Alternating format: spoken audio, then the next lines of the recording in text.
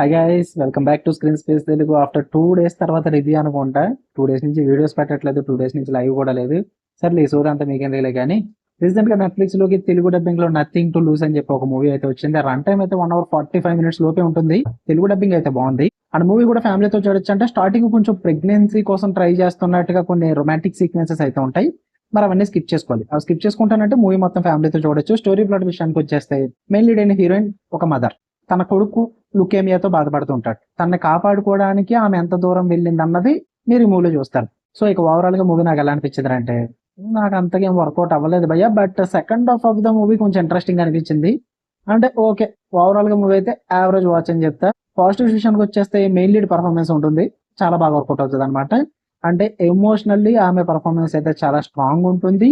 Technical visual movie చూడడానికి బాగుంటుంది. అంటే సెకండ్ హాఫ్ ఆఫ్ ది మూవీలో కొన్ని సీక్వెన్సెస్ అయితే ఇంట్రెస్టింగ్ అనిపించింది. అంతే, ఇంతకు మించి అయితే ఉన్న మూవీ అంతా కూడా మెయిన్ ప్లాట్ తో ప్రాబ్లం ఏంటంటే, ఇలాంటి ప్లాట్స్ మనం చాలా చూసేసాం.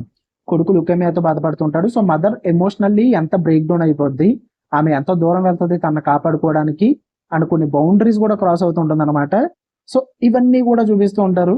సో అది మనం చాలా మూవీస్ లో చూసాం భయ్యా.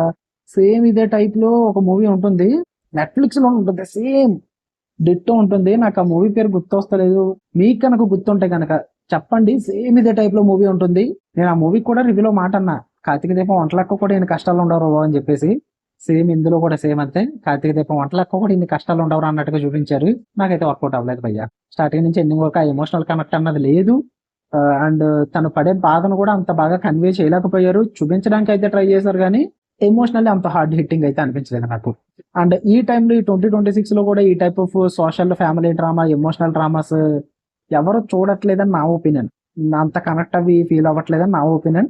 బట్ మీరు ట్రై చేయండి. ఇఫ్ మీరు కనుక slow burn family emotional drama కోసం చూస్తున్నట్లయితే, అది కూడా సోషల్లీ ఒక మెసేజ్ ఓరియంటెడ్ టైప్ మూవీ కోసం చూస్తున్నట్లయితే ట్రై చేయొచ్చు. ఓకే, నాకైతే అంత ఇంపాక్ట్ అయితే క్రియేట్ చేయలేదు. మీ ఇష్టం, మీ ఓపిక అది. యాక్షన్ లాంటివి ఎక్స్పెక్ట్ చేయొద్దు, థ్రిల్ లాంటివి ఎక్స్పెక్ట్ చేయొద్దు, out of the box concept లాంటివి కూడా ఎక్స్పెక్ట్ చేయొద్దు. ఓకే, మీకు వీడియో నచ్చితే లైక్ చేయండి, షేర్ చేయండి, మీ ఒపీనియన్స్ కూడా కామెంట్ చేయండి. మళ్ళీ నెక్స్ట్ వీడియో కలుద్దాం. అంటే లవ్ యూ ఆల్, బాయ్.